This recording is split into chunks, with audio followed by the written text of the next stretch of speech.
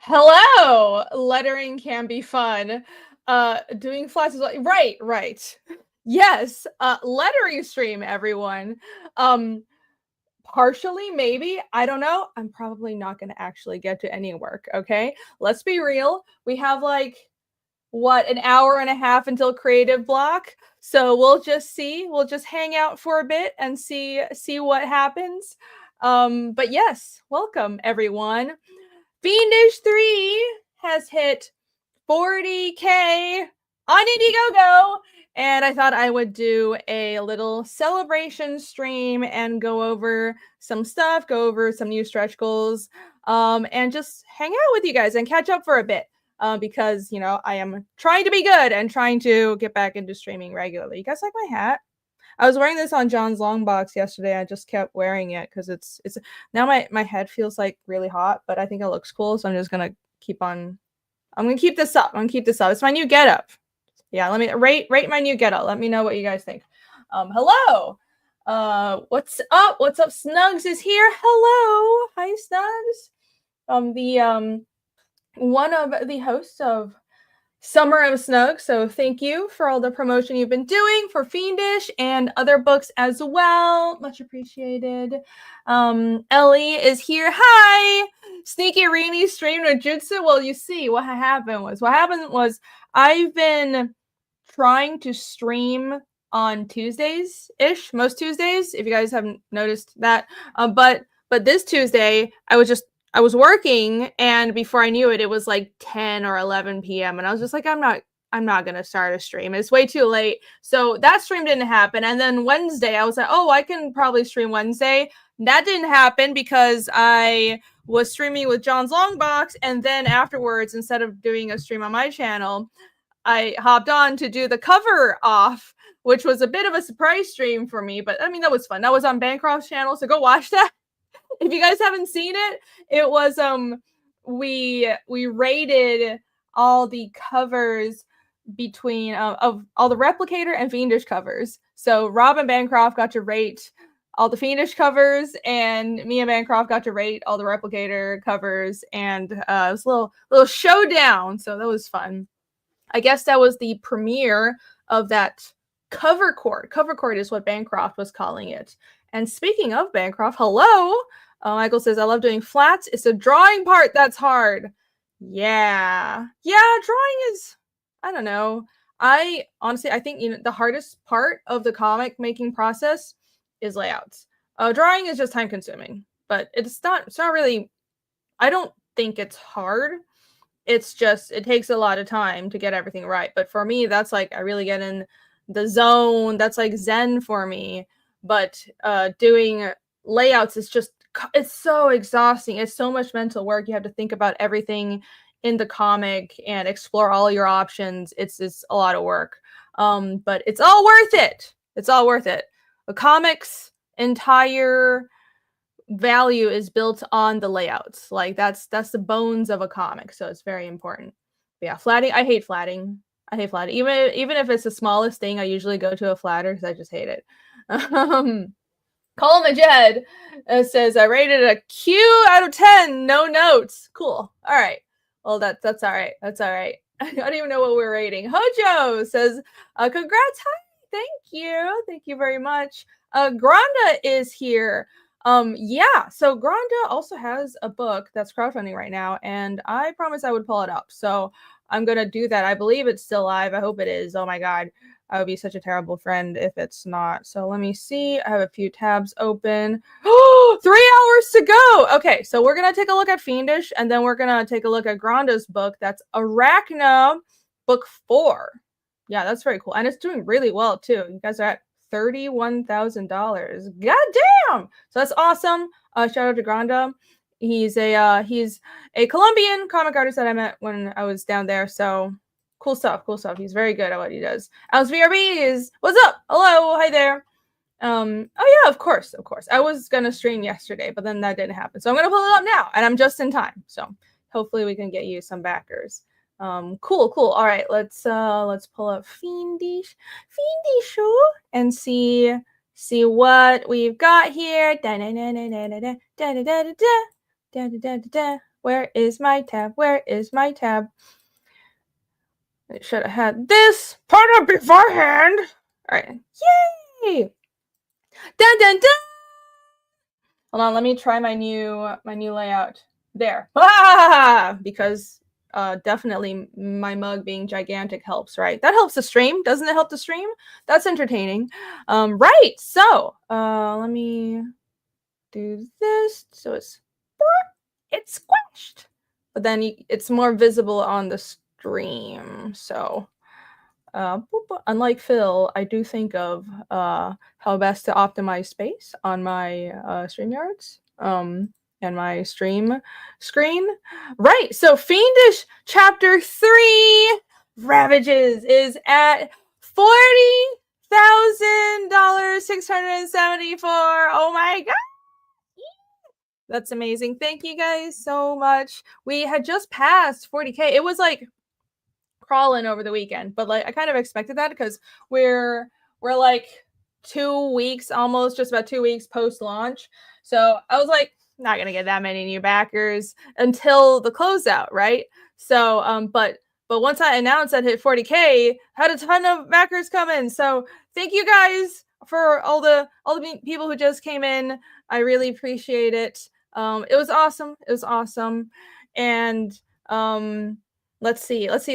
So I sent out a huge email blast to actually bot more in my email plan, and set up a whole new email service just so I could use my email list, because I have not been doing that enough. So I've been good. I've been good about being a good promoter and actually thinking about marketing. So if you guys saw my email blast or the campaign updates, and you would have seen some of what I'm going to talk about today, but we're going to go over it anyway. So at 40K, let me go down to check this out. So this is the stories. I have this stretch goals. Look at that. Oh, I do need to update that. Let's do that. But if you can click through the links at the top of the campaign, I thought that was nice and convenient. So if you click on that, you can see the covers there.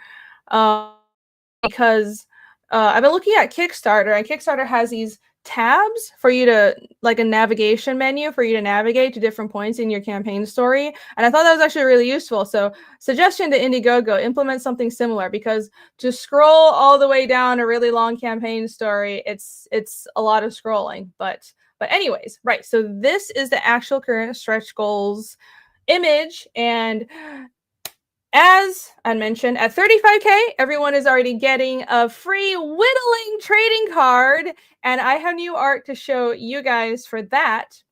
And at 40K, the goal that we just passed, everybody gets a free Yomi sticker, and the next stretch goal is 45K, and if we do hit that, everyone will get another trading card of the mystery villain, that like horn guy. The horned cloak guy that I have not yet named, and I'm gonna try not to, and because I must hold back on spoilers. But yeah, that guy, and I have art for that to show as well. So AC's been great with these trading cards. She's been turning in banger work. So I'm gonna show you guys all of that stuff. Mancar says, "Cool, I need to do something like that." Yeah. I assume you're talking about the links at the top. It's very useful. It's too bad you can't.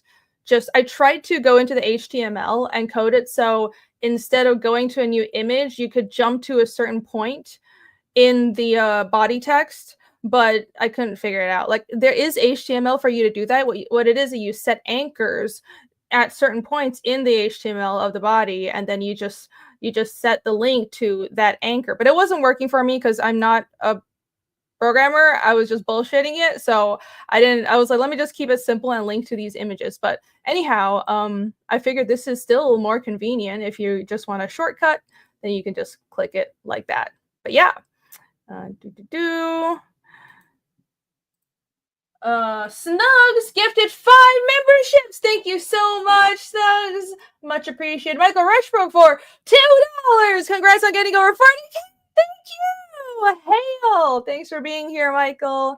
Much appreciated. Mango says, I'm just typing random letters. Or Heyoima. Hey, who's that? Is that the theoretical name for the mystery villain? Sure, let's go with that. That's okay. Resky is here. Hello. Well, Red said, ask Grok to help you with your code. You know what? At this point, yeah, Grok is has come in very useful, very useful. I haven't used any of the other AI, like ChatGPT was never a thing for me. But I guess because I'm on Twitter all the damn time, so if I have any questions, if I need to look up something, like just today I was doing something in After Effects, and I was like, how the fuck do I set transparency? And I just grokked it, and Grok gave me the answer. So, hail, thanks, Grok. You're doing great. Thanks for the help. Soon I will be some raisin-brained moron who can't do anything on my own because I consult AI for all of my daily tasks. That's what we're all going to devolve into. At least I'll be able to draw though. So I'll be able to draw and do nothing else because AI will run the world and handle all my other tasks. Well, says sometimes it has bugs. We can handle the simple stuff. Yeah, that's true. Sometimes if the knowledge is like a little, anything that's obviously a little esoteric or hard to find, sometimes it has difficulties, but still it's been very useful. So it just saves me the time of having to, for example, today, trawling through some Adobe forum to find the answer. Great Gold Worm says, hail, what's up? All right, let me show you guys that trading card art. Oh, by the way, so Creative Block is on Phil's channel right after this. Let me turn the light right. There we go. Creative Block will be right after this stream, so we're just going to raid into Phil's channel. I already have that all set up, so I'm going to do that. So you guys can just sit tight, and we're just going to slide right into Creative Block over there, which apparently is now a PNG tuber stream, so it's now a PNG tube show. Surprise, surprise, how we have devolved. Let's see. Oh, I have to download this image first. Right. I'm downloading the final art for the trading card that AC did. Okay, hold on. Let me just show you guys. Me prepared. I thought I had all my tabs pulled up and I'm super prepared. But clearly I'm not. Okay, hold on. First, before. This is Arachna. So this is Grando's book. Let me post a link in chat. If you guys like the look of this, there's only 2 hours now. Oh my god. So go check it out. There you go. That's the Kickstarter link for this book. Wow, time's a ticking. It went from 3 to 2 just now. So look at that, 31K with for almost 500 backers. That is amazing. So if it's more in the superhero vein of comics, and it's Granda's art. So if you like that, it's Kickstarter. So there's boobage, of course, justifiably. And look at that action. Look at all that. That outfit is very nice as well. I'm sure people will be a fan of that. But yeah, check it out. There's a link right in chat. And go support Granda. He's good people. I bought one of his books that's more of like a kid's comic. It was Night Terrors. And I enjoyed it a lot. The art is so good. So if you, this is more in a different vein, a little more grown up, but I'm sure it'll be just as amazing. Hail! Yeah, so go take a look at that. All right, back to El Fiendish show. There we go.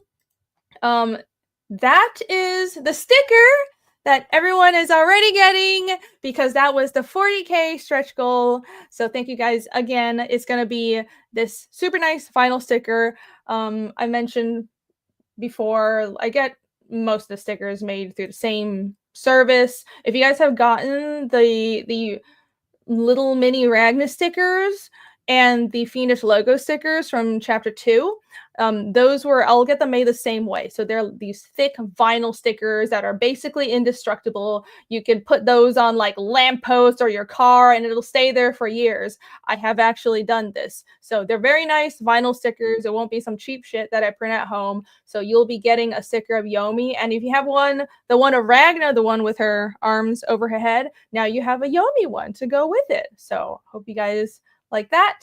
And this is the mystery villain trading card. These are not final colors. This is AC's art, and I color the trading cards. That's how we've been doing all of the trading cards. But I have not had time to color this yet, so it will look even better. This is not fun, but hopefully, you guys can see the ink. So I think it looks great, and I hope you guys think so as well.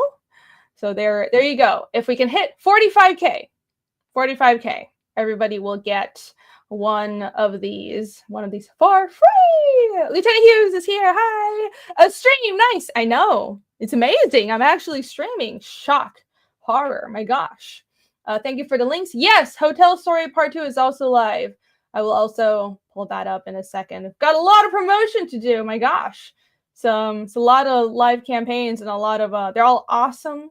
A lot of awesome campaigns are all funding right now. So my gosh, where do I even put my money? Mlajo says buy stickers or he's gonna sing. Oh yes, you don't want that. You don't want me to sing. That's a very, very bad idea. Got him. For what? I'm not sure. Okay. Mangrove said I think so. Oh no. Well, if you did, then don't tell YouTube, because then I would be getting in trouble. Very much so.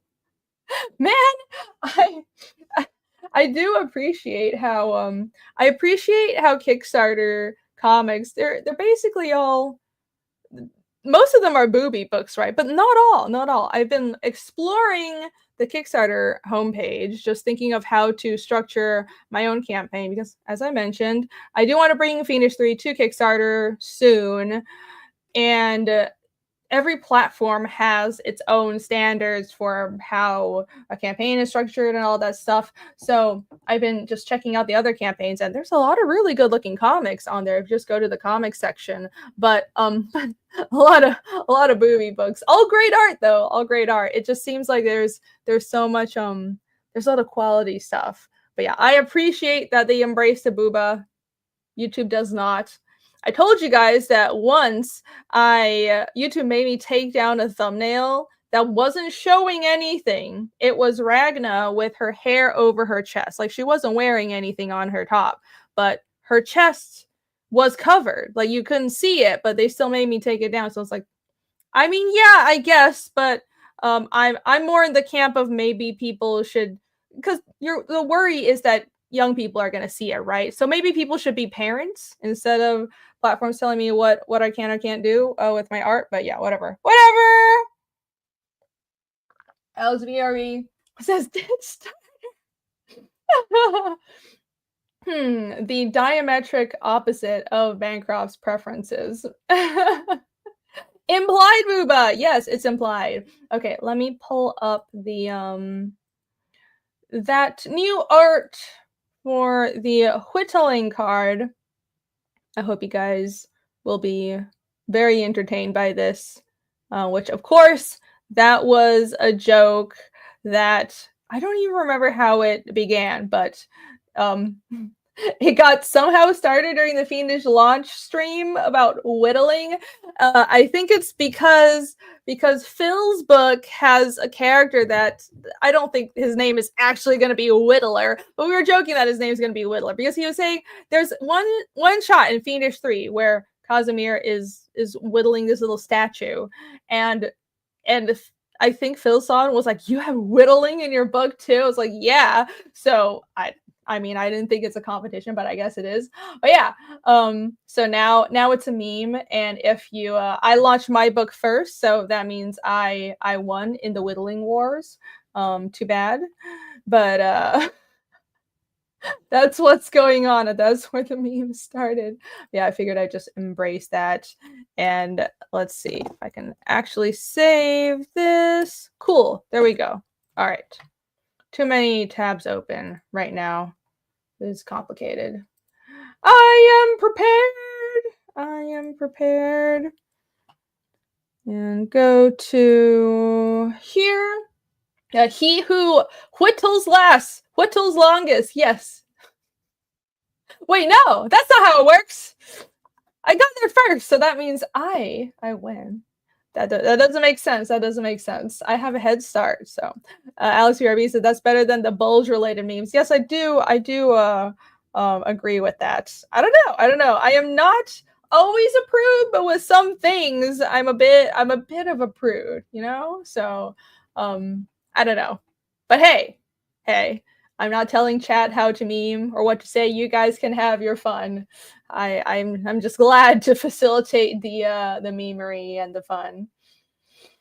Lieutenant Hughes, is on a walk, on a third dog walk. Oh, third big walk, not dog walk. I can't read. I'm silly. Trying to see if I can make it a 4 to 5 mile walk. Wow. Awesome. That actually sounds nice. So one of the things I have always hated is running, and I don't understand why people like running, but I do like walking. The only problem is I don't have time because I need to draw. I barely have time to uh do housework and eat and just be a normal human being.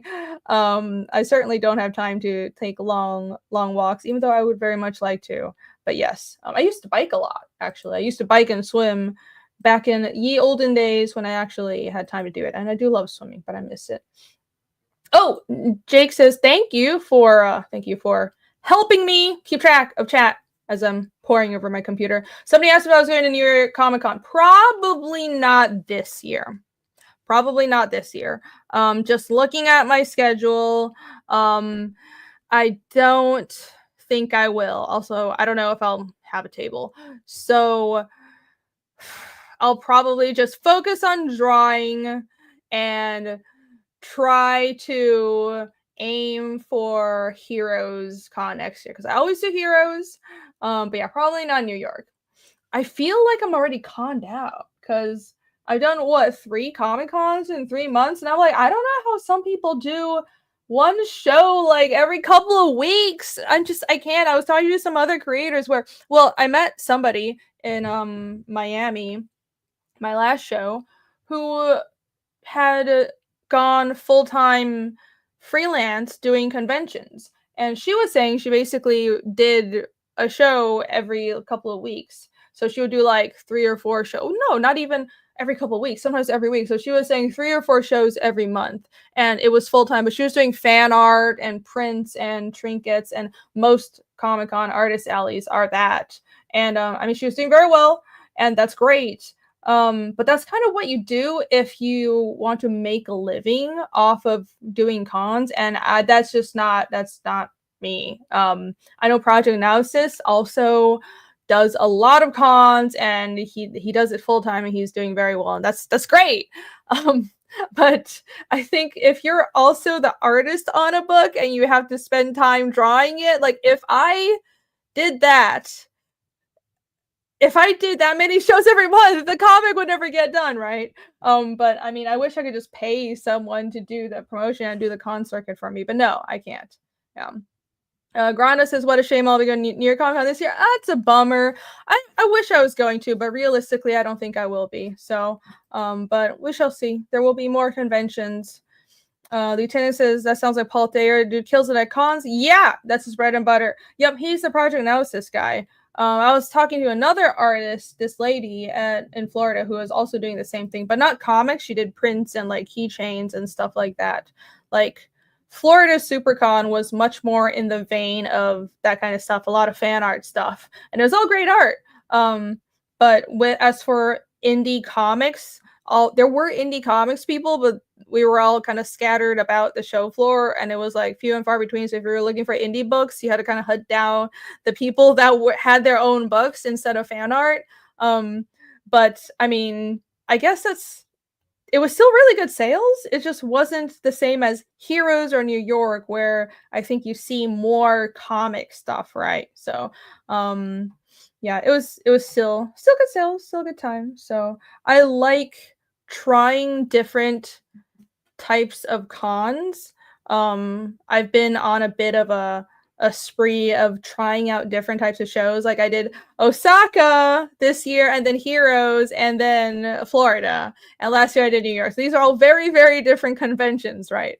So I was kind of in a phase of like testing things out, but right now I want to stay home and draw. I have been traveling way too much this year. I just want to stay put.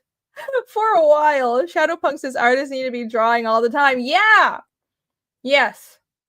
That's true. I need to be drawing all the time.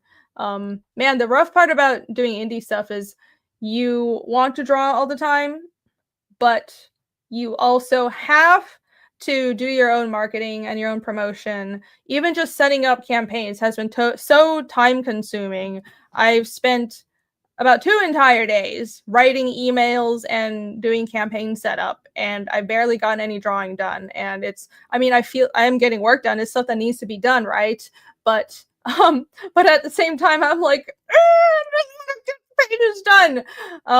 But I penciled like 3 pages, and then I was like, oh, I'll definitely get another one. And then no, I broke the flow, and I've been doing like email lists and shit. But it has to be done. Unfortunately, I don't really have help doing all of this, so it's all me. It's all me. Buckeye said he quit drawing a while back. Oh no. Hey, what's up, K-pop junkie? How are you? Welcome to the show. We're just going over the Fiendish 3 campaign that had just hit 40K. Thank you all so much. Thank you for your support. And we're 1 backer away from 480. I just noticed that. So that's awesome. Yes, much thanks to all of you for your support. I have 2 trailers now, by the way. I have 1 trailer that's just my silly mug, and then the music trailer that I play at my intro. The one where I unceremoniously borrow music from Wordruna. Thank you. My apologies. But yeah, and look at these. These are all the covers. I always put a lot of images in this little carousel up there. I think it makes the campaign look good. Some people don't, but I enjoy it. And look, I even made these mock-ups for the books. I worked really hard to make this campaign look properly professional and really, really good looking. So hopefully it shows. Oh yeah, that is the trading card bundle, and I'm surprised by how many people have gotten it actually, because it was something that I almost didn't add on the campaign, as you know, I added it on the 2nd or 3rd day of the campaign. It didn't go live till like Friday night or Saturday after the launch, but what it is it's a trading card pack of all the cards from previous Fiendish books, because the stretch goals for all Fiendish campaigns are these trading cards, and they have it's not just like characters, but they have stats, little character sheets on the back, so you can play them in Pathfinder or D&D. If you know tabletop gaming, then you can just actually play these in your games, because you know, I'm very much a fan of tabletop games, and I thought this would be a cool thing to do. But yeah, so they're useful trading cards. It's not just art. You have some you have these character sheets on the back that sometimes reveal secret information as well. So I thought that would be fun, and I hadn't put them up for sale even on the store or anything. So I didn't really know how much people like them. It's hard to gauge that because they've been a free item with previous campaigns. They were stretch goals, but this time somebody asked for a catch-up perk for the trading card, so I put them up, and it was doing really well. Doesn't seem like it's popular. It is doing really well. A lot of people are adding them on, so I'm really glad to see that. Thank you all so much. And yes, just so you know, you can get caught up on all the trading cards from previous Fiendish campaigns. And the Ragnar card even has new art. The Ragnar one will have brand new art from AC. But yeah, some more art from the comic. There you go. There you go. I put a lot of thought into this campaign. And see, Lieutenant Hughes is reading my offer to help whenever I can. It's always simple. Well, thank you. I'm not sure help with what. But thank you. I much appreciate it. I think it's one of those things, I guess you mean like marketing and stuff. It's one of those things where there are so many tasks that has to be done by the creator, right? And the whole visual style of Fiendish, it's designed by me. It's something that I developed, and I don't really know if it would be great if I could find someone else to do it. But I feel like even if I got a graphic designer to do it, I would just be unhappy with it. Um, though I will say, I think there are people that can write more entertaining emails than me. I am not very good at writing emails. I'm very matter of fact, and I always forget to put stuff in emails. So I do think that is probably something. If there's like a marketing specialist that could help me write emails, that would save me so much freaking time. Angels of the Renaissance, congratulations! Thank you so much. Hey, thank you very much. K-pop junkie, yes. Yes, doing what I should. Gotta earn every penny on these campaigns. I'll put in the work. Rah! Yes, that is the song. That is the song in that awesome trailer. Yeah, everyone go check out. Go follow Word Runa. They're one of my favorite bands. They're awesome. Go take a look. Let's see. Okay. Let's go to that trading card. Are you guys ready for the whittling trading card that everybody who backed the Fiendish 3 campaign is already going to get? That was a 35k stretch goal. So here we go. Dun dun dun! It is done. This is of course AC's art, AC Zamudio. She is the artist on all the Fiendish trading cards, and I plan on having her back for all the trading cards in the foreseeable future. So there. Those are the inks, and I'll be coloring that up. And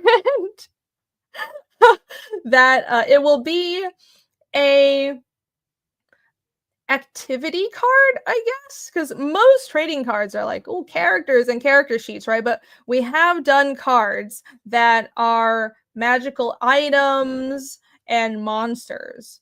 And do I have the other ones here with me? I don't know where I put them, but I do have for example, the Haltesia cards. Those are like these little spirit creatures, nature spirits in Fiendish, and we made a card for that, and their descriptions weren't quite the same as this. They were more like monster stats. And then for the Skull Shield from Fiendish 2.5, that card was an item card. So it was like a you can stat out items, and I'm thinking this will be an activity. So if you whittle a certain little idol, it'll give you +10 for, I don't know, this one will be seduction for the day or some shit. That's ridiculous, but you get my point.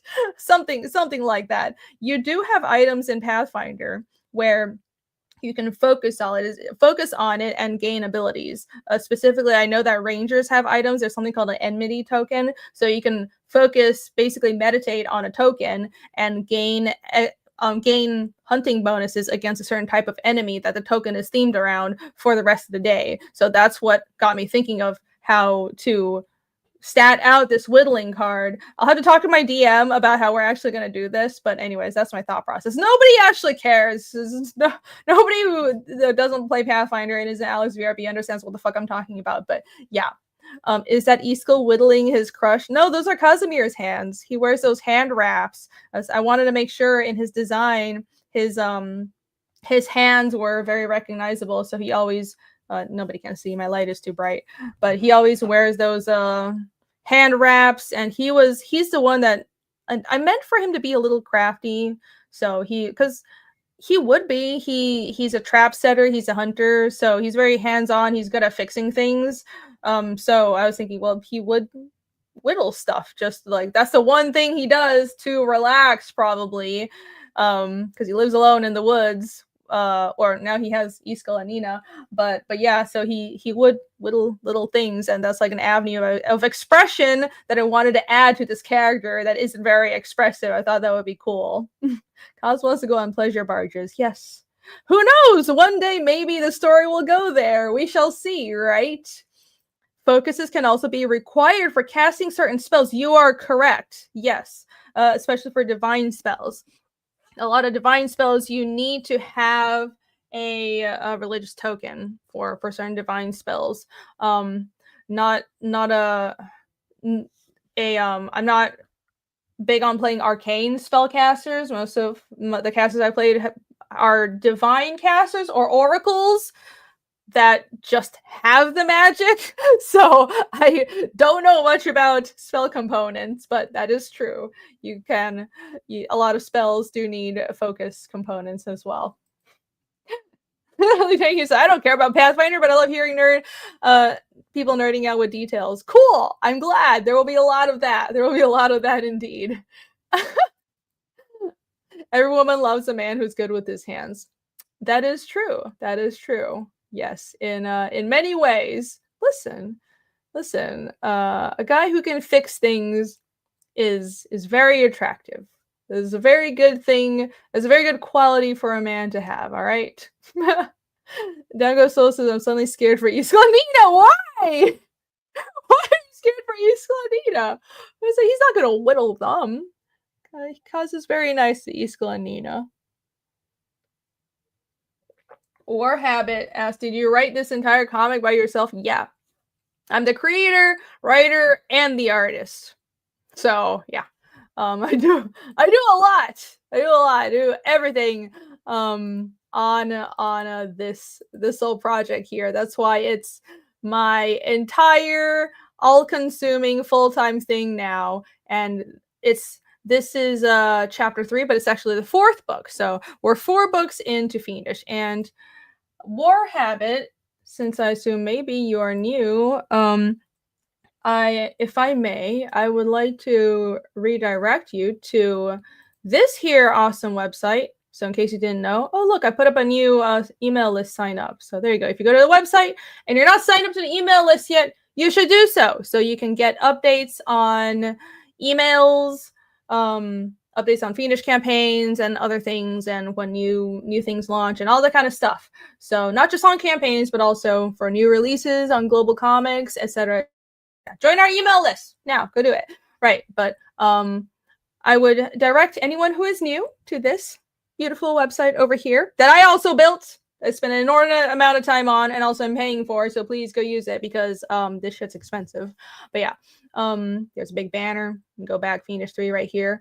But you can not only buy the books that already exist. And look, I even have Fiendish in Japanese. So you can go read that. And you can read free previews of the comic in both Japanese and English. But if you go to the About section, I have tons of info. I have pages for characters. I have a world map. There is a constructed fantasy language for Fiendish called Nanarsa that I also built because my goal with Fiendish was to create an immersive, believable fantasy world. And I figured if you're going to create a world that actually feels like an alternate world, you can't well have English on the writing or the signage in the comic, in the world, right? So I needed to build a fantasy language for that. So I do have a fully functional constructed language called Nanarsa. It's all, the whole dictionary is right here. I have species and I have a pantheon, so all kinds of good old nerdy stuff. You guys can go check it out.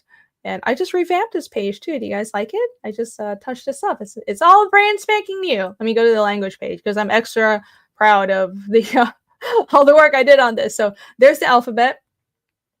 There's actually more to the writing system than the alphabet because this is the phonetic writing system, but Nanarsa also has a logographic writing system, which means a writing system like kanji. So think of this alphabet here as the phonetic writing system that's like hiragana or katakana. But they also have kanji-ish letters, characters that are one word that's just one symbol. So if you're writing a common word like, I don't know, elk, you don't spell out the word for elk, which is hrivsa. You don't write Harivsa, you just draw one symbol for that. And I was taking inspiration from my background because I speak Chinese. I've been learning Japanese. So I thought that would be cool. I hadn't seen anyone do that in constructed languages before. But yeah, other than that, I have the whole dictionary here. I don't know if anyone actually goes look at this. Why would you? But if you are interested, it is all right there on the website. Proof of my nerdery and how I had way too much time on my hands several years ago. And that's why I built all of this. But yeah, go check that out. I'm very proud of all this work. And I hope you will love it just as much as me when you go check it out. Lodge says, Bancroft bump strikes again. It's the Bancroft bump is undefeated. Gopher, hello, what's up? Hey. Alex says arcane spellcasters are the best. Mostly sorcerers have a shoe material components. Yeah, I should try battle oracle sometime. Apparently I should. Yeah, I was advised to stay away from casters early on in the game. So I just decided to cast ranger for the longest time. But I did play a druid for a while. A druid and an oracle. Yeah, I guess my oracle does have to use spell components, but yeah. Anyways. Haven't do they? It's been a while since I played Torque. That's my oracle. But let's see. I haven't played a sorcerer before. Or at least I don't think so. Maybe I'll try it someday though. I want to try spellcasters, but every time I think of doing a spellcaster, I look at how complex they are and I'm like, yeah, it'll be a pain. And then I build some ridiculously complex melee class anyways, like some swashbuckler with divine abilities, and then that's multi-classed, and then it's just as complicated as if I'm casting spells. So I don't know why I put myself through this pain. Thank you for the link. Yes, everyone also go check out Lucent. Every scene is weird science. I don't know that reference. Let's see. Did you play the trailer yet? Yes, I have at the intro, but I should play the trailer again. So how about let me do that? Back to the campaign, and I will play the trailer. And let's see, and I'll continue catching up with chat. How about that? So since it seems like we have new people who might just be happening upon this campaign or might not have seen the trailer, welcome. I will once again play this awesome trailer that I made. Also, very proud of it. All right, let's go.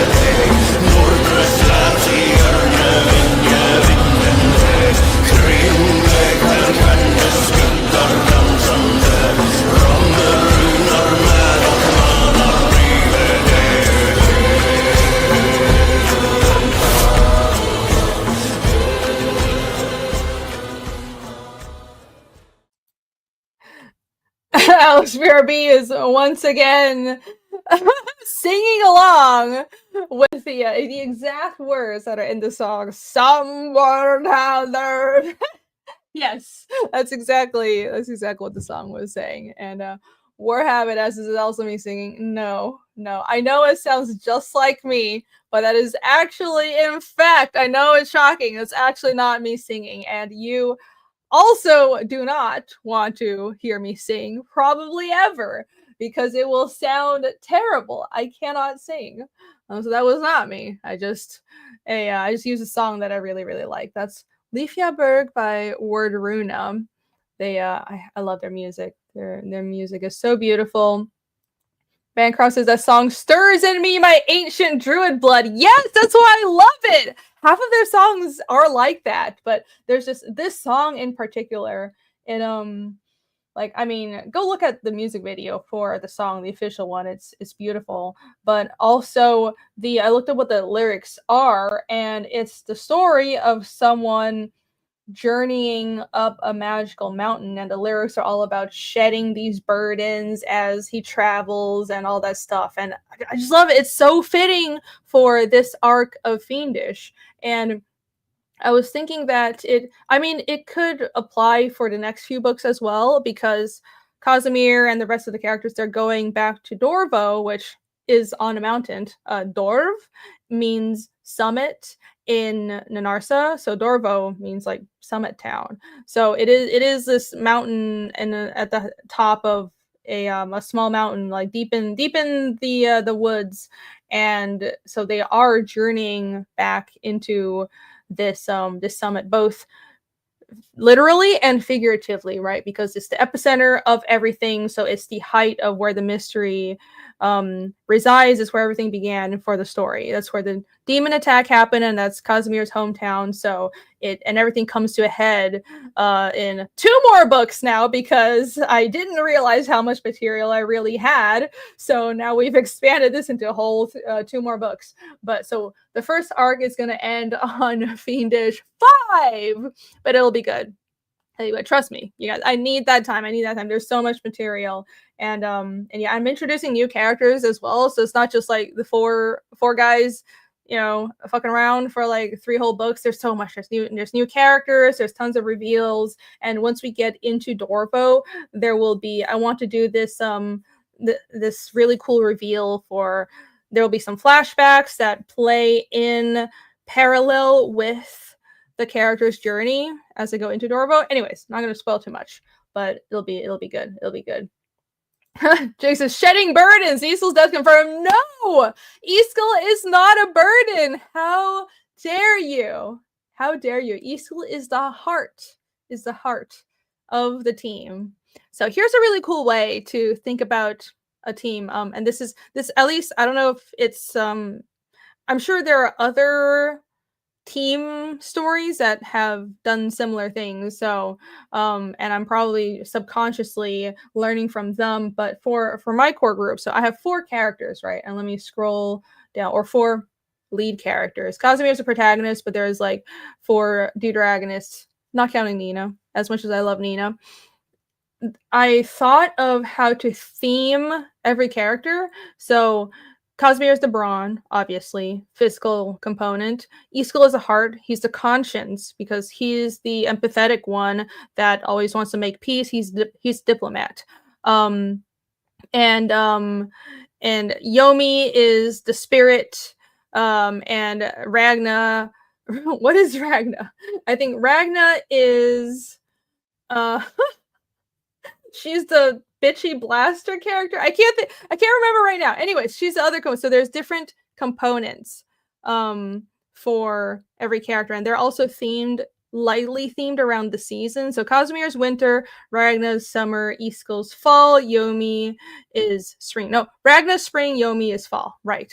I'm forgetting my own character designs. Ragna's a tits. There you go. She's the bad bitch. She's just a tits. Brawn, heart, spirit, and tits. That's all you need.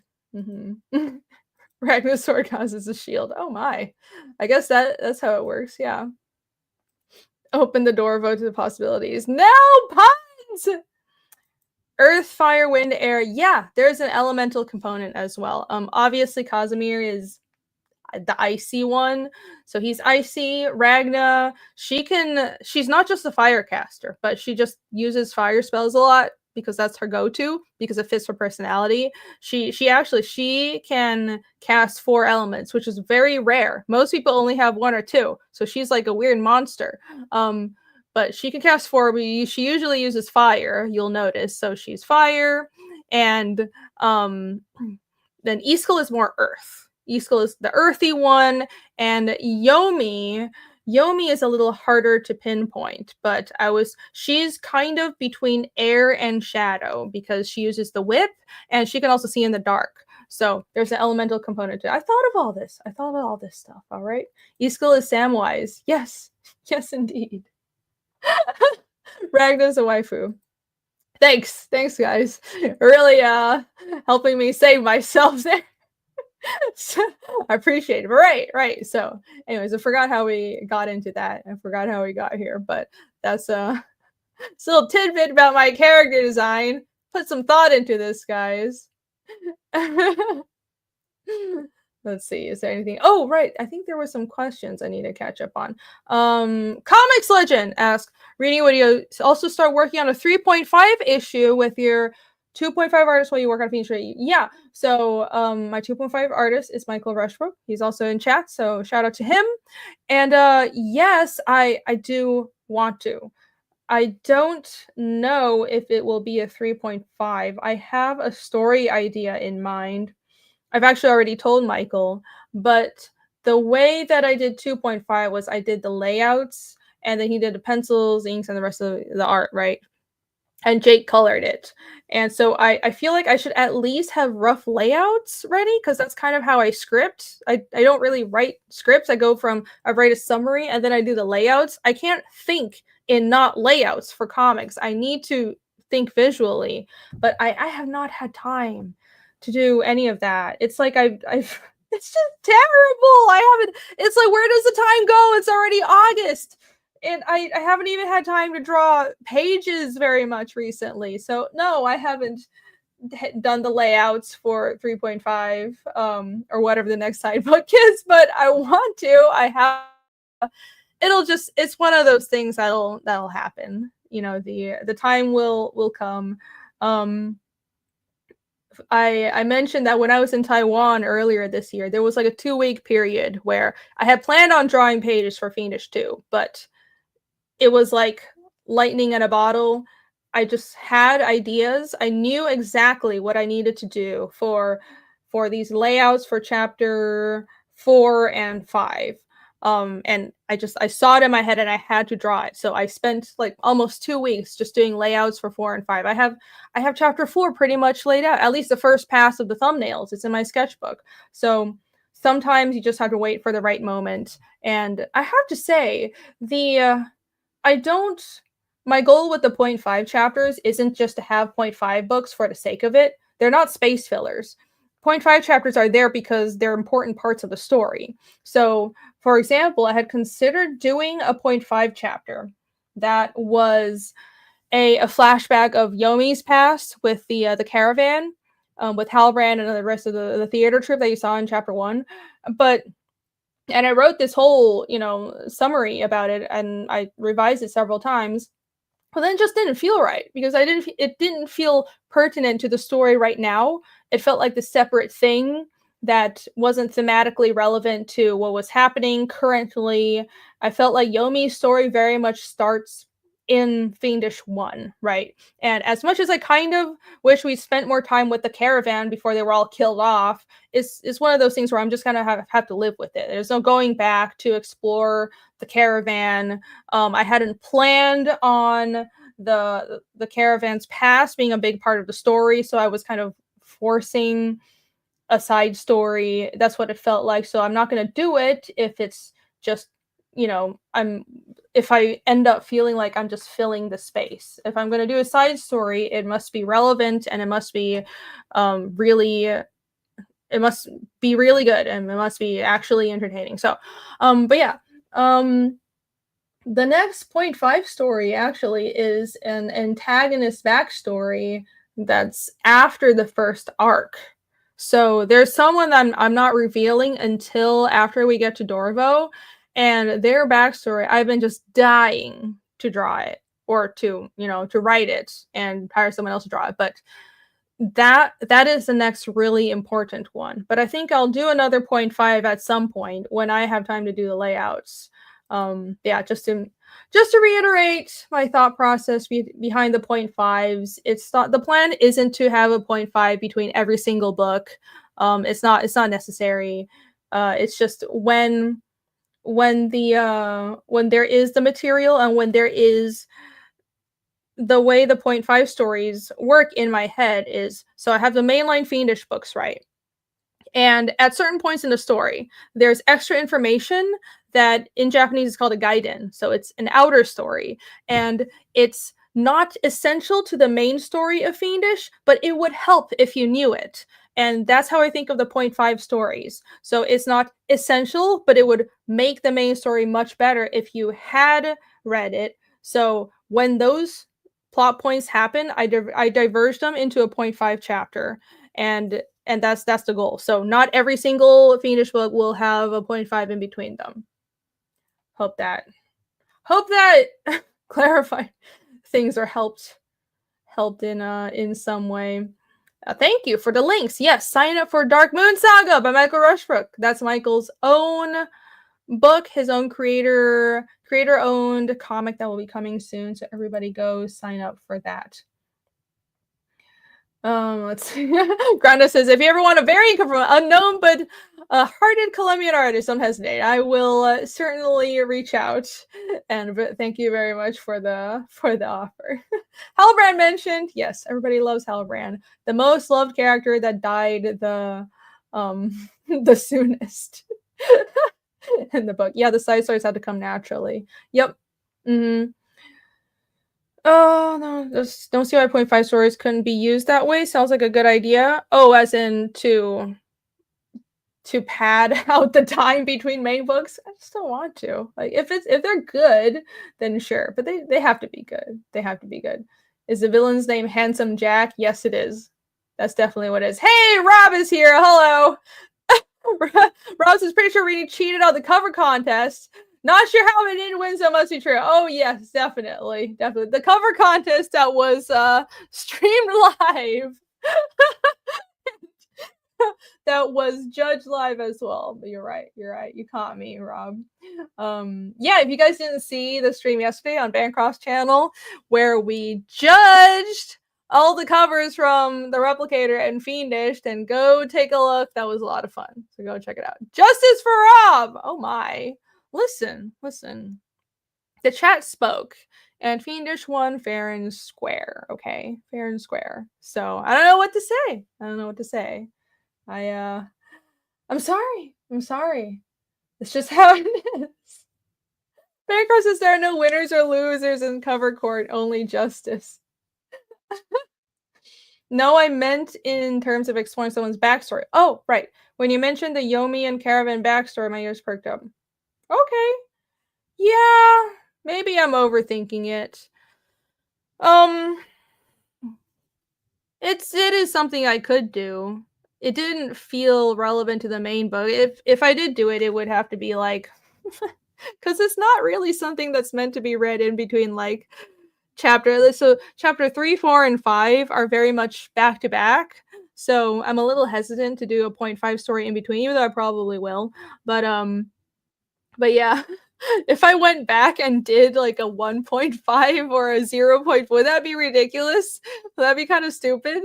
But yeah, I do have a story hashed out for something that happened in something formative that happened with Yomi and Halbrand in the Caravan's backstory. So who knows? I'll think about it. Maybe I'm being too much of a stickler about the side stories. Only if Halbrand is a former adventurer and it's a violent, action-filled guide. And funny enough, there is quite a bit of action. The idea actually, so Sandil, the one guy who survived that probably nobody remembered because he didn't say much, but he did survive. Everybody just remembers Halbrand because he was really talkative and then he died. But there's this other guy from the caravan who is alive, but he was injured, so he got left in Alstad. And I'm thinking he should definitely come back to the story later. He gets in a shit ton of trouble, and everybody has to help him. Basically, is what happens. So, funny enough, there is there is action, and I think it's a good story. Maybe I should just do it. It's not like I have to spend time drawing it, right? I'll run it by some other people. How about that? I'll run it by some other people and see what they think. And I will consult my peers. Comics Legend says, could the backstory be told within the main story in a flashback? I do have that sometimes. So, for example, Ragna's backstory, there are elements in her past that I'm thinking of just doing as a flashback in the books, in the main series, because it doesn't warrant a whole 0.5 chapter. It's definitely something that can be interspersed in a main book. But for example, Casimir's backstory, chapter 2.5, I felt like there was a cohesive journey there where it would be best to do as its own story. The way I originally wrote it was as the first half, or like the first chunk of a book, but it was always in one chunk. And so there was so much material there that I decided, you know what, it could just be its own book. So yeah, some backstories are just integrated into the main books. Right. Just don't pull an image and make an issue 0. I mean, a lot of people do issue 0s, right? But no, I don't think I'll go back and do an issue 0. What would an issue 0 would just be? What would that be? That would be the inciting incident, but we're already going to cover the inciting incident when we go back to Dorvo and the mystery is revealed about what happened there. So yeah, there's no point in doing that. If people like the side story for the caravan, maybe I'll do it, but I'll listen to feedback first. I will consult my peers. Yomi is loved. Yes, she is. People really like her. All right, let me go through these campaigns and not yap for too much, because I will be raiding into the creative block in about like 35 minutes. Oh my god. So let me go back to Fiendish 3 on Indiegogo. We're at $40,600, almost $40,700. So thank you guys so much. If you haven't backed this book yet, go back it right now. This is my current comic, and the campaign, I think is beautifully structured. I spent a lot of time thinking about all the perks and the campaign design. You can get the big bundle tier. That's the Give Me Everything. It's awesome. So what you get in the Give Me Everything is 4 variant covers of chapter 3. So 4 variants, one of which is a perk exclusive, and it hasn't been revealed yet, but I can say now it's going to be a sexy cover. And you guys are gonna really wish you had it when you got it. What can I say? Likely a guest cover. A sexy guest cover is going to be the perk exclusive for the Give Me Everything tier. So that's the mystery cover in that perk. And of course, you also get the perma cover, you get the main cover, the main campaign exclusive cover, and the dark cover. That is the one that's only available on opening and closing, and in this tier. Outside of opening and closing, you can only get it in the Give Me Everything. So you also get the Forging Fiendish books. Those are the making of books for Fiendish, which I hadn't been making any process book making of books for Fiendish up until now, but it has been requested several times, so I figured I would finally make making of volumes for all the Fiendish books. That's why there's 4 of them, and there's 1 for each Fiendish chapter so far, and they will contain layouts, character designs, sketches, and also creator notes. So it won't just be a big dump of a bunch of like ugly sketches, right? I'll have creator notes. I'll go through and actually write my thoughts and explain everything, so there will be some substance to these books. So if you enjoy looking at things behind the scenes and seeing how a comic is made, and I don't know what's that allegory, seeing how the pie is made, the cook makes the pie, whatever. Yeah, English is hard. That if you like the sound of that, then you can get that in the Give Me Everything as well. There's a perk exclusive sticker. That's the demon sticker, the big purple thing right there. And also Ragna's demon notes. So you get a lot of stuff, maybe more. If there's any new print material for Fiendish 3, you automatically get it in the Give Me Everything tier. For example, with the trading card pack I mentioned, there's going to be a new Ragna card, right? So the Ragna card is going to have new art, because the old Ragna art was an exclusive, so I can't just like sell that now. But that new Ragna card is automatically included in the Give Me Everything, because it's a new print item for Fiendish 3. So, and if we can get to the stretch goal of giving all the original art backers, because again, I do have original art in this campaign. If you scroll down, there's still plenty of original art available, and I have 4 different price tiers. When I have more pages done, I'll do an update with more examples of the pages that you guys can pick from, but the way I structured it this way is I don't have that many pages for sale done yet, like the ones that I'm willing to sell. There's a I'm going to spend the next couple months drawing them, so they're not done yet, so individually putting them on a campaign was a little bit of a pain, but right, so there is original art for sale, and I'm thinking if the campaign funds well enough, then everybody who bought original art can get a free blank sketch cover along with the copy of the comic that they already get for the original art. So I thought that was pretty cool. And if we reach that stretch goal, then everybody who bought the Give Me Everything is going to also get that blank sketch cover. So it's a lot of stuff. It'll be like a giant, super hefty box full of Fiendish stuff. So if you like the sound of that, then that's why it's a featured tier. Of course, you can get the main cover, the perma cover, and you can get caught up as well. Because I knew some people skipped the Fiendish 2.5 campaign, knowing that I would include 2.5 with Fiendish 3. So I made your life easy for you. If that's what you were waiting for, you can just get the mini catch up, and 2.5 and chapter 3 are bundled together there, and also the full catch up, of course, all 4 Fiendish chapters. So there you go. Hopefully nice and straightforward. And oh yeah, you also can get wood burning. So wood burning portrait, and you get to choose from a long list of all the characters, and you can also choose a demon if you want to. So you can choose what you want me to make. Those are handmade original art items. A guy in his room saying, not seeing any riveting lettering. Should I do some super riveting lettering right at the end? I can show you guys some of it. I put it in the title because I was intending to I'll just talk about the campaign and then do a work stream. But then I realized I have creative block.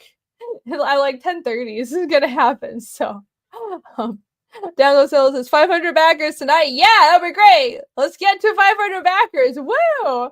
TC says sexy cover confirmed. Yeah, you gotta have that. You gotta have a sexy cover, guys. Listen, it's gonna be a sexy cause cover. Yeah, totally. That's what my audience wants. I mean, I wouldn't mind, but I don't think that's what my audience really leans towards, is it? Guest cover, yes, indeed. I'm telling you guys, it's gonna look so good. You guys have no idea. You're gonna really wish you had that. Can't wait for mystery cover.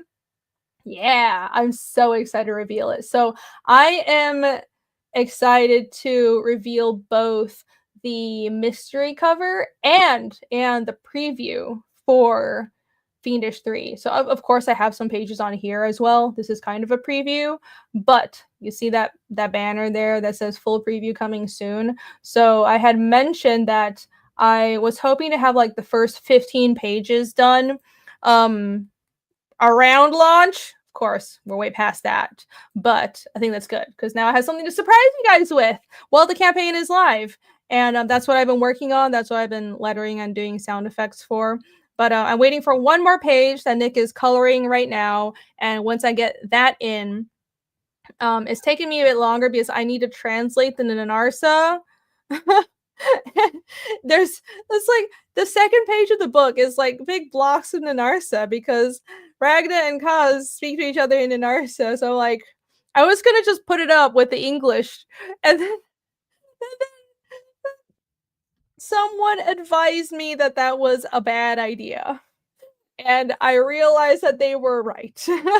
They were right that would be lazy, and I should do the preview properly and actually have the Nanarsa translations, because the point of building the constructed language is that it's immersive, right? So that would just be me being lazy and I wanted to just have that page up at launch or shortly after the launch. I was like, no, I'll take the time. I'll do all the translation work, and hopefully, I think the preview will be done sometime next week. I'll definitely be able to get through all of that and all the lettering this weekend. As you can see right here, I already have a lot of the pages done. So, oh yeah, fun fact, you can click through pages to a high-res version, so it links to a higher res image of those pages. I thought that was useful. But yeah, anyways, so I do have most of it lettered. I just need to do the Narsa and all the freaking sound effects. Majo says we demand riveting. Okay, you ready for some super epic sound effect drawing? Wow, my gosh. Dago says you have a schedule full of sexy cos drawings. Yeah, totally. I actually don't. I have a schedule full of demon drawings, though. There'll be a sexy cos cover someday. If careful what you wish for, because if chat jokes enough about this, I might just take you seriously and do that someday. I mean, I certainly wouldn't mind. But saying, here's a solid advice. Yes? You guys want that? Okay. Sexy Cosmere cover incoming. It's gonna happen. So don't listen to TC, he's been drinking. Okay. I don't know which direction I don't know who I should be listening to. Don't you dare do interesting, exciting lettering. Yeah, I think the only way I can make lettering interesting is if I was drunk, but I am I don't think I should get drunk right before doing creative block, so I'm gonna not do that. 100k more wood burn things. I mean, hey, if this campaign does get to 100k, I wouldn't mind adding more wood burning. But the current wood burning slots aren't even all filled up, so you know, listen, if you want some of those, if you think that those look cool right there, let me show you guys what those are. Let's see. Hello, I have one of them right here. This is now my mug cover. I've been using it as a mug cover, but here is one of the demon wood burnings. This is actually an extra one I made from Fiendish 1. So I just got really into it. I had 60 of these. 60 of these to make for Fiendish 1. It was so much freaking work. But I got through them all. These are smaller, by the way. The ones for Fiendish 3 on the campaign right now, they're pricier than the ones on Fiendish 1 and 2, but I'm also going to make them on like, it's going to be larger. They're going to be 5x7, so about this tall. Like they're going to be much bigger than this one, but I'm also going to use not just the same plaques as Fiendish 2. I'm going to use these thicker plaques kind of like this. So imagine this kind of like tiered beveled edge, but thicker. I think that's what I'm gonna do. We'll see. I do have a lot of like the wood pieces left over from Fiendish 2, so we'll see. But yeah, because it's not that many to do anyways. Anyhow, these are, it's handmade.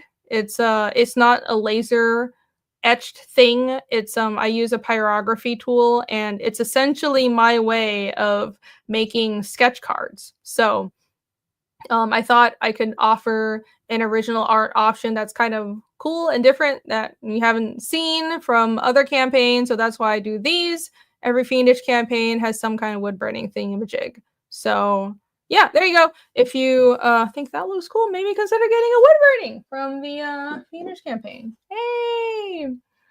Citizen Ronan says, that's something I've been meaning to try and do. Yeah, it's fun. Just be careful. Don't burn yourself. And ventilate. Don't be me and do wood burning stuff in a closed room with no windows open and then get smoke in your eyes and die. Don't do that. Alex VRB says, very few artists mastered pyrography. I'm sure it's not, it can't be as difficult as doing tattoos, but it's just different. Like if you can draw, then you know you can learn it, but it takes definitely more control than regular drawing on paper. So, and depending on the specific type of pyrography tool, then it takes more work as well. But yeah, it definitely takes some getting used to, but I like it just because it's an uncommon thing, and people, when they do see it, they seem to like it. I think it's cool. So yeah, can you get high from wood fumes? No, but I think you can probably destroy your lungs. So yeah, if you are trying wood burning, I would say Fun fact, I started out doing wood burning with just like a freaking soldering iron. So I think that probably helped train my hand because I had to be very steady because there was like a big hunk that of metal that wasn't meant for art, right? It's a freaking soldering iron.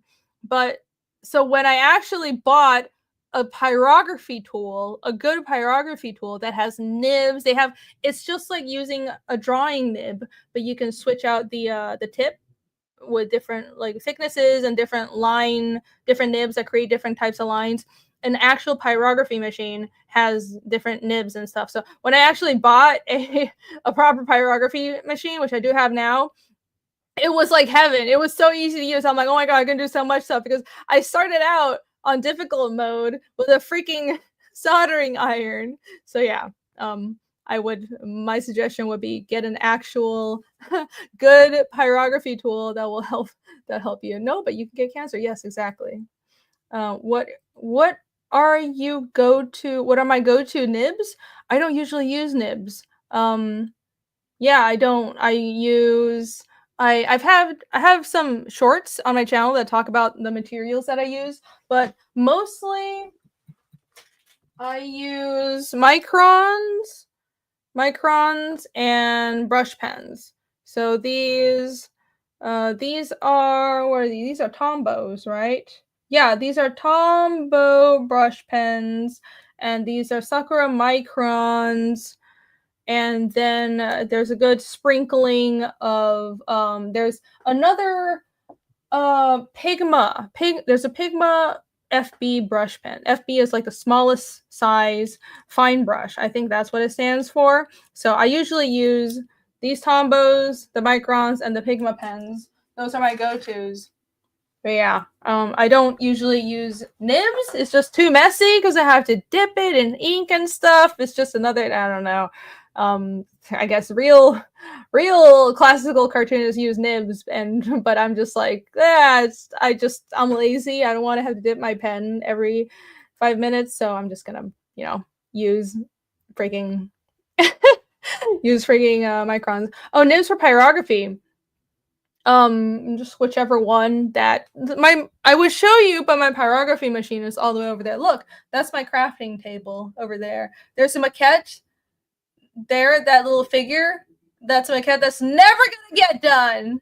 It's been sitting there for like 3 years at this point. It's literally just never gonna get done. It's really sad, but I don't have time to sculpt, and like it was just a fun thing. I used to do sculpture. I used to make maquettes, but I haven't had time to finish it. And now my oven is broken, so it's just never gonna get done. But yeah, that's my crafting table. And my pyrography machine is over in the corner. So I'd show you guys, but I can't really bring the whole machine over because it's plugged in. But yeah, it's a small one, the finest tip nib. That's because even my microns, I use 0.005 microns for most of my lines, and I build up the lines because I'm a psycho. Don't be me, because it takes forever to draw, because that's how I do my lines. Oh, do you guys want to see the sculpture? I'll show you guys the sculpture.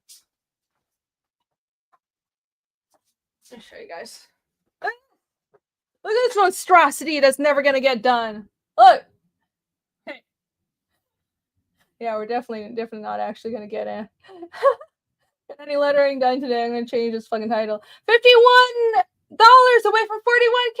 Yay! Yes, everyone, if you're watching and you're enjoying me being an idiot and showing you guys my weird sculptures, then go to this campaign right to here on Indiegogo and back Fiendish Chapter 3. Go check it out right now and back this book. We're very close to 41K, and the next stretch goal is 45K. So go back it, and thank you all for your support if you have already backed it. And if you're in chat and you back it, shout out your backer number, and I'll pull your comment up. But yeah, okay, let's see. Should I full screen? That doesn't make a big difference, but let's see. Look at this! Please. It's just been sitting here forever. It was supposed to be Casimir. I thought it would be cool to have a sculpture of Casimir at like conventions and stuff and on stream. So like I have a bunch of other maquettes. They're all in Taiwan because I shipped them to Taiwan when I moved back for a couple of years. Ooh, ow, hit it. They're all super sculpty but cats, and you can tell it's him because you see there's a short sleeve shirt on top over the long sleeve. I haven't done the collar yet, but I'll do another layer of clay so his belt and the clothes wrinkles are there. There's his tunic. I need to make it a little longer, but those are his boots. The face is like the base of the face is there, but obviously nothing else. Yeah, it's just never gonna sitting here collecting dust for so long. Um, it's kind of annoying, but at the same time, any time that I'm like, oh, maybe I should finish this, there's something more important for me to do. Like there's so much that goes into making a comic, and I'm running a business as well. It's not just drawing the comic. I have to handle all the business stuff and running the websites and all that, and doing the promotion as I am doing right now. But but yeah, I mean, I would like to finish it someday, maybe, probably. It does make me a little sad. LSVRB says this calls for the bulge tool. Yes, if I had the bulge tool, then I'd be able to finish that sculpture in no time. Need bigger bulge. He's halfway done. I mean, it's not. It probably wouldn't even take me that much time. I'd say maybe 2 days straight of work and I'd be done. I actually made his axes. This was before he got the cleavers in chapter 2, but it's fine. I have these axes that I made from epoxy, and I have a little dagger, because what I do is I'll make small items and in epoxy and then add them onto the main sculpture afterwards. And I don't know. I should finish it. Okay, my reward for finishing drawing Fiendish 2, Fiendish 3 is I'll finish the sculpture and then I'll be happy. How about that? I'll let myself relax and finish this project. That will be my reward. Maybe that short tunic will help sell books. Yeah. I just need to add a bulge under the tunic, and I'll just have it sitting next to me on stream, and then I'll get like thousands of new backers that are all women thirsting over the freaking sculpture. That's what I should do. Cover, you guys are crazy. Oh my gosh, that's funny. Dave B said it's back to full catch up. Thank you so much. Does that mean the campaign will go up? Does that mean I can refresh this? Oh my. Let's see. Okay, I'm gonna refresh it. If this is a disaster, then I apologize, but I'm trusting you, chat. I'm trusting you. Okay, let me go. Let's see. Thank you so much, JB. And I think there must have been someone else who backed it, because it went up by quite a bit. So thank you. It went up by like $100, and that was several more backers. So thank you so much. You guys are the best. Thank you. Yes, the next stretch goal is at 45K. Let's go back here. And at 45K, everybody will get this trading card. That's a trading card of the mystery villain that is just being introduced in chapter 3. So when chapter 3 comes out, you'll learn of his name and some more about his, what he's all about. And he has some really interesting abilities. I think they're really cool. And I want to see who will actually be able to figure out what those abilities are. That's all I'm going to say. I'm so excited for the next books of Fiendish. I'm so excited because there will be these characters being introduced where you won't really be able to tell what their magic is doing. I don't know how else to explain it, but I want there to be some fuckery, and there's gonna be fuckery afoot is basically what I'm trying to get across. But yes, I'm so proud of the work on this book, and I'm sure you guys are gonna love it. So yes, thank you so much for backing the book and getting the full catch up. I'm sure it'll be a great experience, and I hope it is. Only everyone would reward herself with more work. Well, yeah, I like doing art. And I mean, even Fiendish, the only pressure is I have to get it done in time, but I mean, this is a self-motivated project. I don't, it's not work. I mean, it is work, but it's also not work. Like, if that makes sense. It's work that I chose to do because it means something to me. And no, sculpting is relaxing to me. That's the type of art that I don't think I would take like a sculpture commission, because that's relaxing. Like, I do that for fun. There's a bunch of other art stuff that I do outside of comics that I just do for fun. So, little doodles, sculpting, leather work, and stuff like that. That's just things that I do on the side. But yeah. When you do art, you have to be all in. It has to be your whole life, all consuming. Moon Turtle says, if this figure would be an anime girl, it would sell for a lot. Yeah, no, trust me. I've been smacking myself in the face over not giving Ragna more prominence from the start, because if I was a actual marketing genius, I would have put Ragna everywhere, because she's my sexy magic girl, and she sells books. And people like Yomi as well, but it's not, obviously, I don't present Yomi in a way where it's like she's sexual. She's young, so there's that as well, but she's not meant to be like the attractive face of the party. Her appeal is very much her story and her background. She's an escaped slave who's choosing to go on this dangerous journey with Casimir and Iskil. So it's funny because with the chapter 2 pyrography perks, most people chose Ragna. But with this book, most people chose Yomi. And I think it's because if you've read chapter 2, you get to know Yomi's story. And I think right now she might be the fan favorite, which is great. I think people like her more than Casimir, and that's totally fine, because Casimir is kind of an asshole. It's fine if you don't like him at this point. As long as you like somebody from the book, I have no objections. But yeah, if I was actually smart, I would have put Ragna all over the marketing and have her on all the covers, but I'm a silly artist who's just sitting in my dark room drawing all day, so I don't think about these things. Hey, John's Longbox! Hello, what's up? Yeah, I was just on his channel yesterday. We were nerding out about Pathfinder for like 2 hours. So that was our tabletop games, not just Pathfinder, but it was great. So thanks for having me on. That was fun. That was fun.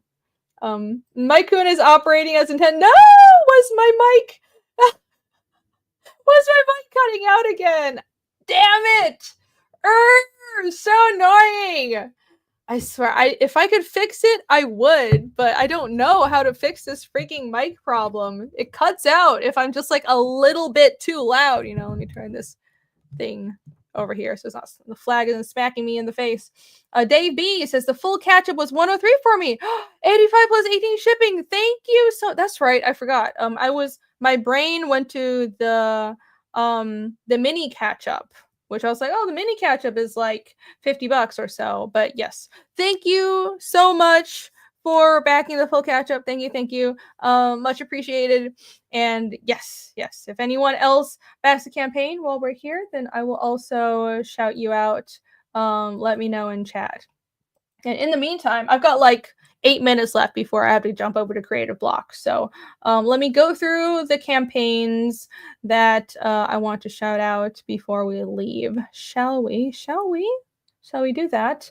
Let's hop over to Arachna 4. That is that's Granda C's book. It is drawn by Granda. This is over on Kickstarter. Granda's a friend of the channel. He's a really amazing Colombian comic artist. I met him when I did a show in Bogota, and he does beautiful work. So he's the artist on this, and there's only 95 minutes to go on this, so this is almost closed. I think it did go up a little bit, so that's great. And if you like the look of this, it's more in the vein of superhero comics. Well, it is a superhero comic, but it's got the booba. It's beautifully drawn. Look at all the motion. It's like a Spider-Woman-y one. A lot of naughty bits. I'm sure people don't mind that. It's like a naughty bits Spider-Woman book, more or less. Naughty and bloody. Oh, look at that. But yeah, I love Granda's art. He's a very good storyteller. I bought one of his books.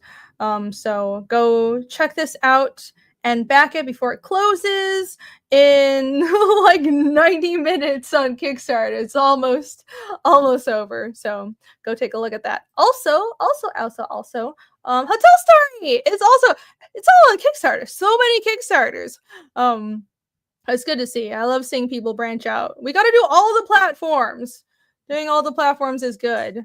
It's because you never know. We got to grow. I think the way to grow as an indie creator is to try to reach as many people as possible, and for that you need to do different formats. You need to go to as many platforms as possible. So yeah, I love seeing this. So Hotel Story 2 is live on Kickstarter as well. This is of course Pear's book, and it just launched and it already has 62 backers with 57 days to go. Dun, dun, dun. I'm sure we'll be talking more about it on Creative Block in just a bit. But yeah, this is the wrap up to the story. So Hotel Story was just part 1 and part 2. It's a two-parter story, and this is a huge book. It's like over 100 pages. So Hotel Story 1 was like 120 pages, and I'm pretty sure this book is the same. So this is a big chunky tome that you're gonna get. It's no floppy. This thing is a big brick that you will be receiving if you back it. So look at that. I love those like little character profiles. I'm a big fan of these little character profiles, and I'm glad more people are adding them. I think that's so cute. These are adorable. Jared's art is so charming. Yeah, here are some page samples. So go check that out. Go take a look at Hotel Story 2. And also, dun, dun, dun, Carl the Barbarian is also on Kickstarter and is doing great. 50 backers at almost 8,000, guys. Almost 8,000. The primary launch for this book was on Indiegogo, of course. And this is the Kickstarter campaign with this beautiful variant cover. So look at this preview. This is really cool. Wish I could have something like this. Like I know that Jake drew his pages for Cardinal to be adaptable to verticals from the start. So I just think that's really smart, and I'm not doing that with Fiendish, and I kind of wish I did, but there's no going back. But yeah, these pages are designed to be reconfigured to be verticals. Like it's a very skillful thing that he did. So I think this looks great, and it's such a good opening. But yeah, you have these character profiles here as well. Love the character profiles. And this Kickstarter exclusive Kyonaoki cover. Beautiful, beautiful artwork. I know he did covers for Common America as well, so this is a great get. And of course, there's this rubbers, like these infinite loop covers. What a wild idea. How many freaking covers? I think there are like 8 covers on this campaign because Jake is crazy. But, the most important one is this. That's my cover. So go back this campaign, get Kyonaoki's cover, but of course also get mine, because it's mine, and everybody should buy it. So there. Go check this out on Kickstarter. Oh, there's also the portrait covers. Look at that goofy big face. It's awesome. And what else is there?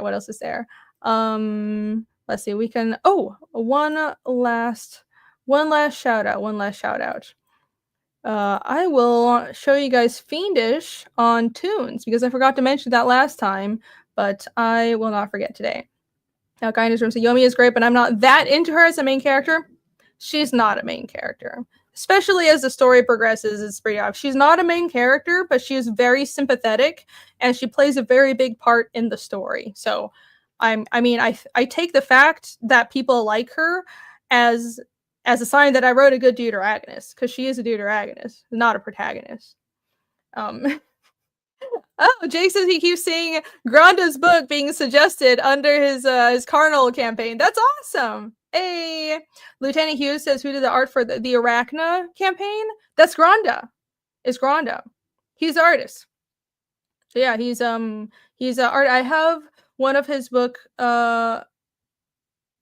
it's Night Terrors. I'm not gonna try to. It's a Spanish book, so I'm not gonna try to say the actual Spanish title. But in English, it's Night Terrors, and it's he drew that one as well, and it's absolutely beautiful. It's so charming. I don't know if I have it here. Oh fuck, I do.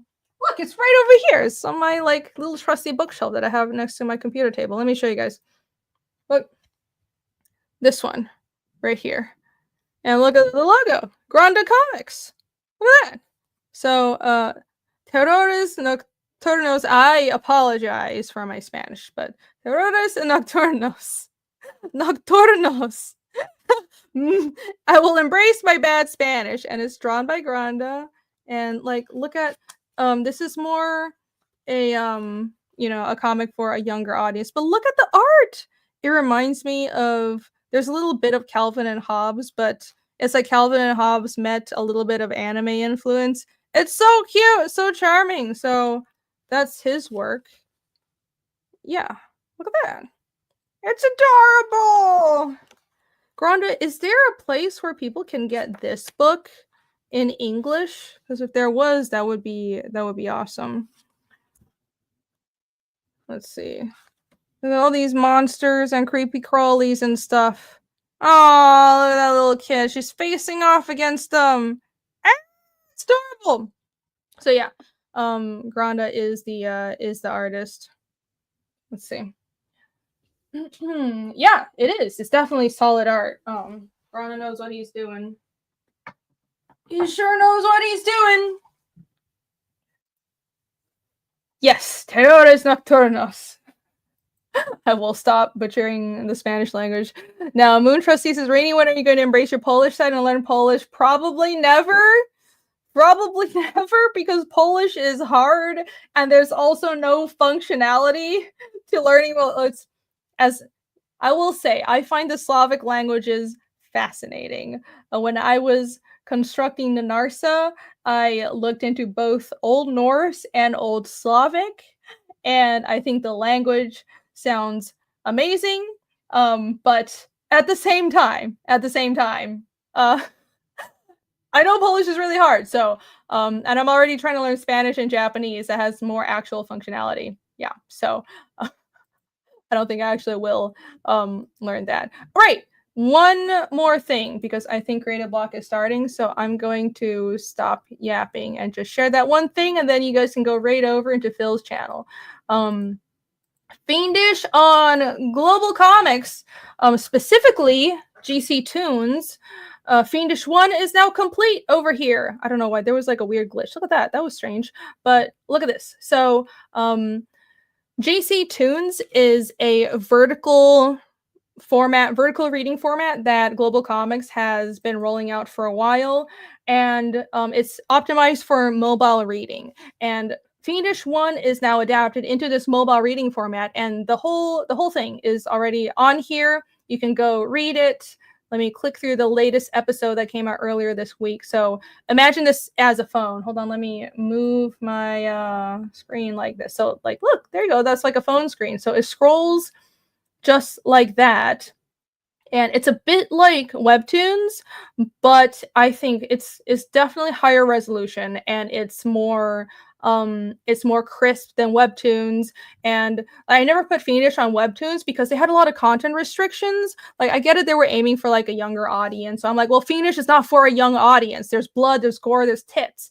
And Global Comics doesn't have a problem with that. So yeah, that's why Fiendish is on here. I've enjoyed the Global Comics platform a lot. You guys know I think they are the next big thing in digital comics, in any comics, because I think American comics need to expand into the digital realm big time. And I'm so grateful that they've been very good to me and very good to Fiendish. And now Fiendish 1 is available on GC Toons. So you can scroll down and read the chapter just like this. So go check it out. And if you have an account, go give it a like and a follow, because that helps a lot.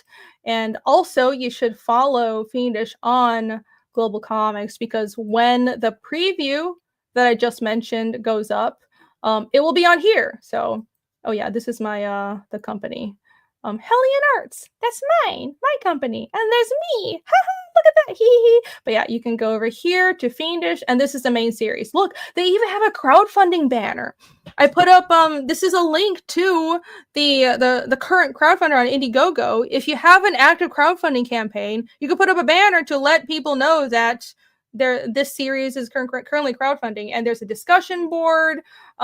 It's awesome, and you can leave comments on series that you read. So Fiendish 1, 2, and 2.5 already on here, and if after like a certain, I have free previews for the beginning of the chapters, and then you have to register as a paid member to read the rest. But it's like $7 a month, and you get access to a huge catalog. It's not just for Fiendish; it's for like all the other comics on the website, like DC, Vault. There's so much stuff on there. So so Fiendish 1, 2, and 2.5 are on here, and the preview for Fiendish 3 will be up sometime next week. I predict. All right, that's it. I'm being told the creative block is starting, so I'm going to end the stream right now. Everybody go over to creative block, and I will see you there. Remember to back Fiendish 3.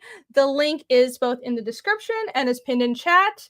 And I will see you guys, I don't know, next week sometime. Hopefully I'll try to stream Tuesday. Maybe I'll actually get some work done this time. All right. Yes, thank you for joining.